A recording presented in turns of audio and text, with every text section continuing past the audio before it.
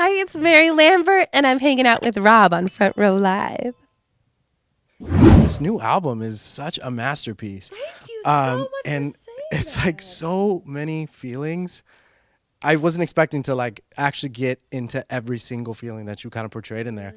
And talk to me about the creative process with this one, because you jumped in as the head of everything, producer, like lyrics, obviously the singing and the songwriting, but like talk to me about the creative process of this new album. Yeah, well, it took 5 hours. 5 hours. 5 hours. It only Wow. took 5 hours. I'm a genius. No, it took 5 years Yeah. and 250 hours in the studio.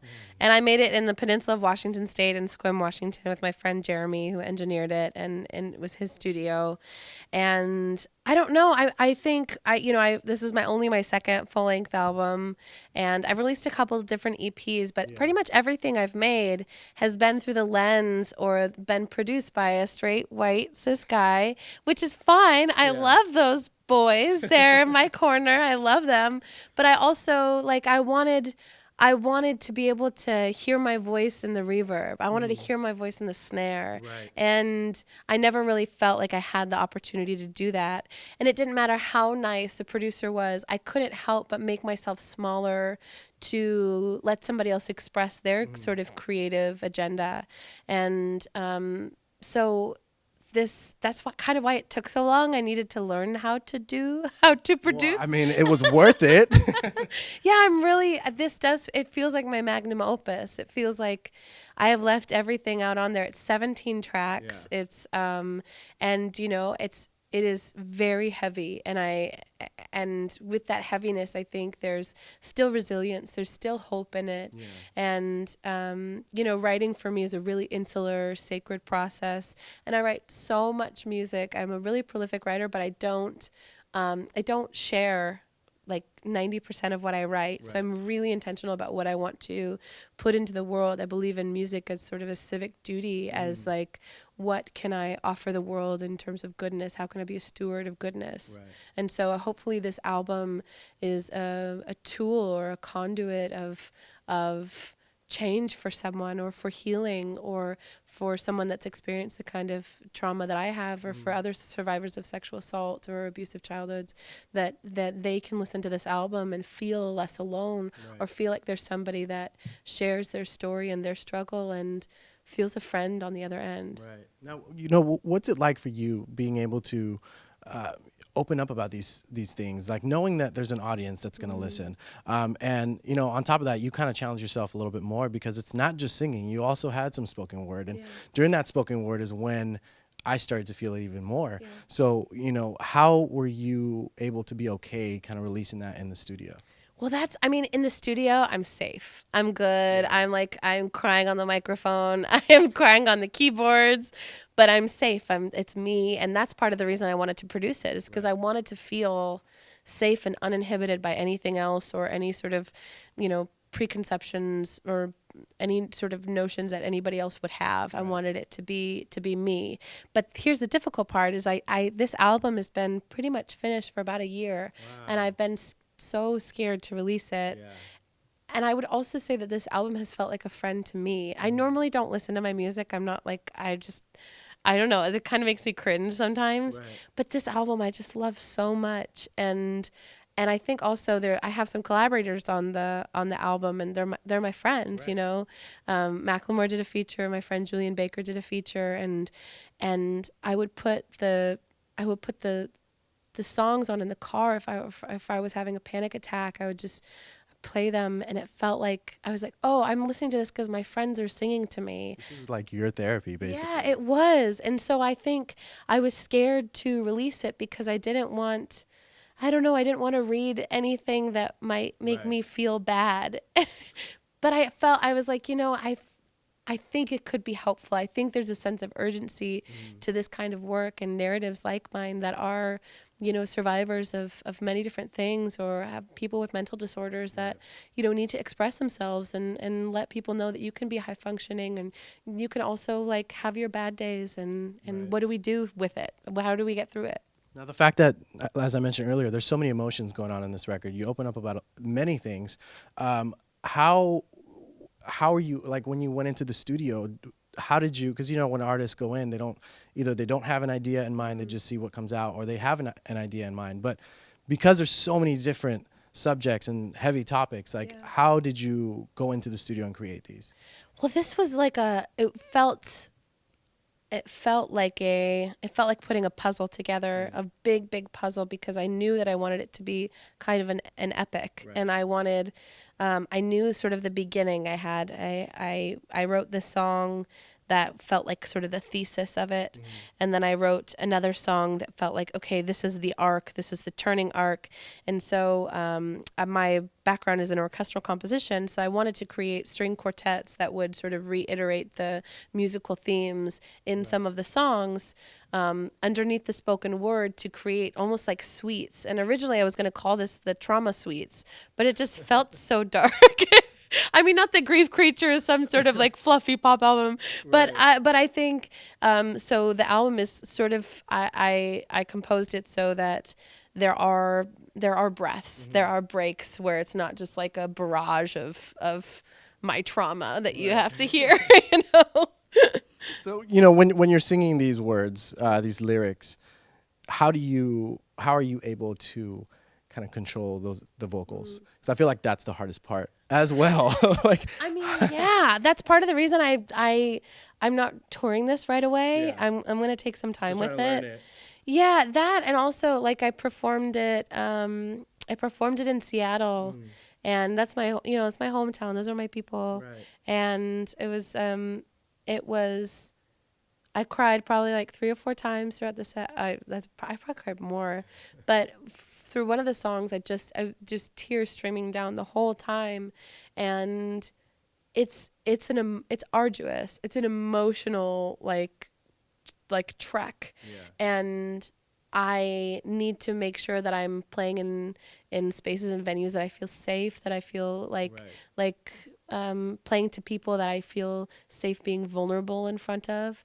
Otherwise, I'm like, here's the record, you can do with it what you want to. But in order for me to feel safe and protected, then I have to make sure all of those things are set up. And so I'm not totally sure how to do that yet. And I'm not totally sure how to cry and sing at the same time. I don't do a very good job of it, but I mean, at the end of the day, like what I do has never been about, look what I can do with my vocal acrobatics. I don't feel like I have that kind of a voice. I want to connect, and if crying happens, or if the voice kind of gets a little strained, then screw it. It's like, that's not what it's not about delivering something perfect. It's about the process. Now, which track out of the 17 challenged you the most? You debated whether or not you wanted to put it on the record. Yeah, I would say it's track 2. It's Shame. Okay. And it's funny because the chorus is the pre-chorus says, "Shame is an ocean I swim across," which is the name of my poetry collection that I released last year. And it's kind of it's really the genesis of all of this, is this one chorus of this song. And I, for the life of me, could not write a second verse for 5 years. I wrote that second verse about 3 or 4 months ago. Wow. And I wrote that song about 6 years ago. And I reached out to every friend I could think of to finish this song for me. I said, do you want to write a second verse on this song? And everyone would say, I think you should write it. And this sounds like you. I'm like, no, I don't want to finish it. That's the problem. It's so hard. But I finally figured it out, and I was really happy with the result. Yeah. Wow. Why did you believe in the song so much? I don't know. It just felt powerful. When I wrote it, I was crying, and it just felt like everything I wanted to say. Everything about, it was really about being in bipolar depression and what that feels like, and having a hard time getting out of bed, and being with somebody and telling them it's not their fault, and kind of slogging through it to come out the other side. Right. And the chorus is, it's kind of about my life sometimes in the public eye of like, if I get criticism, or people are, I'm a fat person. If I get like criticism online, no one can be meaner to me than I am to myself. Right. And so the chorus says, you can't shame me if I've already done it myself. But the resilient end of it is, but I want to come alive. I want to come alive. And I just kind of say that over and over again. And there's still hope inside the the breaking. Right. Now, and as you kind of mentioned, sometimes you wake up and you don't feel like doing anything with depression. Yeah. Like, do you feel like those days for you, do you feel like those days are lost days, or do you feel like those days are days where you actually get to know yourself a little bit more? That's a really good question.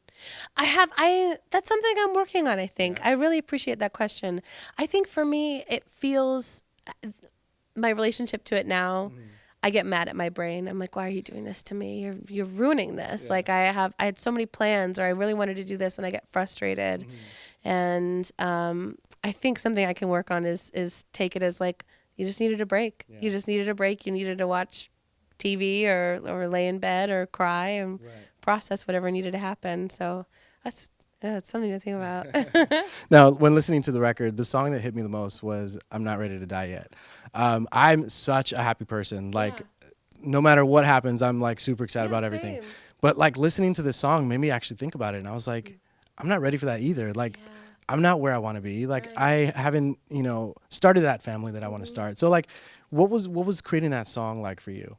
Well, the song, the phrase "not ready to die yet" came from this poem by Araceli Gourmet. It's called "Not Ready to Die Yet." It's one of the most beautiful poems I think ever written. Yeah. And Araceli was inspired by Joy Harjo's poem, who's actually the poet laureate of this year, which is amazing.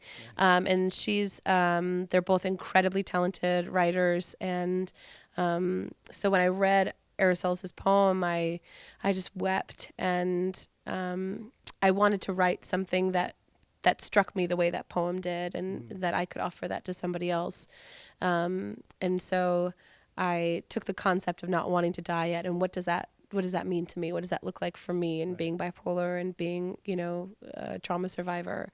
And so I think, how did it come? That song, the way I wrote that song, though, it was one of those miracle moments, kind of like when Same Love came to me. When Same Love came to me, it was quick. Yeah. It was like within... It was all meant to happen, right place, right time type of thing. And Not Ready to Die Yet, I wrote the verse in, and I think about 30 minutes.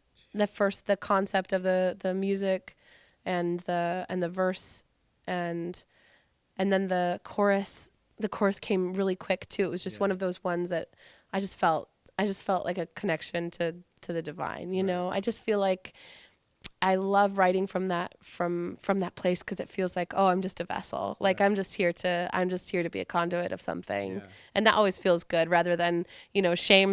That song felt like I was like retching something, trying to get it out. Now, I love that you closed the album with your collaboration with Julian Baker, another incredible artist. Yeah. Like you mentioned earlier, you guys are friends, but why did you feel like she was the right choice for this song? And why did you choose to put this song as the closer? I knew Julian would be perfect for this song. We wrote it together. So I didn't knowing that she was going to be featured. Yeah, I wasn't sure. I wasn't sure if I was gonna just sing it on my own, and then I was like, Julian, I think you have to sing on this. I think it'd be really good with all of the vocal parts. But basically, the track before. We do together. So the song that Julian and I wrote is called "Bless This Hell." The track before is a poem about my sexual assault, and I knew that whatever came after that song had to be just the most redemptive thing ever.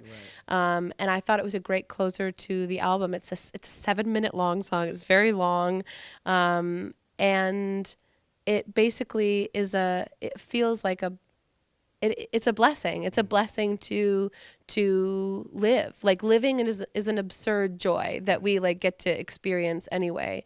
And even if someone has experienced like horrific acts of violence in their life, I mean, like from my perspective, what I've experienced, I still honor it. I still honor my path and my experiences, and like bless that hell, bless it all. I'm here, and I get to live like a abundant joy, like to laugh and to be sorry, like, to laugh and to cry is to be grateful and to feel everything. And I'm so lucky for that. And I think also the idea of blessing, I mean, it just feels, it's a kind of a nod to, I think, both of our Christian backgrounds, and you know, we both identify as Christian queers, and I thought it was just this really sweet moment, and yeah, and her guitar playing is so good. It's just great. It's a good track. And I love that you know, aside from her guitar playing, you incorporate the strings a lot. You got a little bit of the piano as well, but just the strings alone, I feel like without the strings, the record wouldn't be as powerful as it is. So, you know, what was the reasoning behind incorporating the strings throughout the entire record? Well, I think previously my last releases have been more pop focused, and I've been in rooms where I didn't really feel like I could express myself musically. And because my background is in orchestral writing and quartet writing, I wanted a chance to be able to express that and to show that, and to see how that element of music writing could influence and inform the rest of the album. And I just thought it was really neat to weave stuff in and out, and to crossfade the quartet in with the next song, and have it just feel like a through composed party. Yeah. I mean, I felt it. I felt it throughout the whole time. And this was one of those things where, like, it's rare nowadays when an artist makes an album that you have to listen to it from beginning to end. You know, sometimes there's just singles, but with this one, I feel like I can't go on to the next song if it's not the next track, you know, like, so like I think that's really rare today. That's what I spent so much time on, is making sure that like if I put a string section in, that I change the key of the quartet to match the next song, so that everything just felt like it was supposed to be one right after the other, really natural. I'm so glad you feel that way. That makes me feel so good. You nailed it. Now, to close us off, for those that are not familiar, you know, you've gone through so much in your life, and music has been your way of kind of expressing yourself and opening up. What was it about music that made you choose this as your career, no matter, you know, how difficult it might have been to kind of be able to be a musician? Yeah, I wasn't planning on it. I was applying to graduate school to be a teacher. I always loved music, but I just never thought it was going to be like a lucrative career. And then I got the call to do Same Love, and then it really felt like I didn't really have a choice. And not that I didn't want to do it, I just never thought it was an option. So I really feel like I just kind of fell into it, and I'm, you know, I always performed, and I love singing, I love writing. It feels like kind of a miracle that I get to do this, and that someone that, you know, exists in the spaces that I do, is like a fat person or a queer person or bipolar person. I'm able to do what I do. I'm floored. Yeah. Like, and that's not just me. There are, you know, my fan base is like, yes, we want this. And I'm like, okay, I'll keep making it. So it just feels really divine. I just feel like I'm supposed to be doing this. That's amazing. Well, congratulations. 5 years was worth the wait. The new album is out now, Grief Creature by Mary Lambert. And thanks for watching here on Front Row Live. Thank you.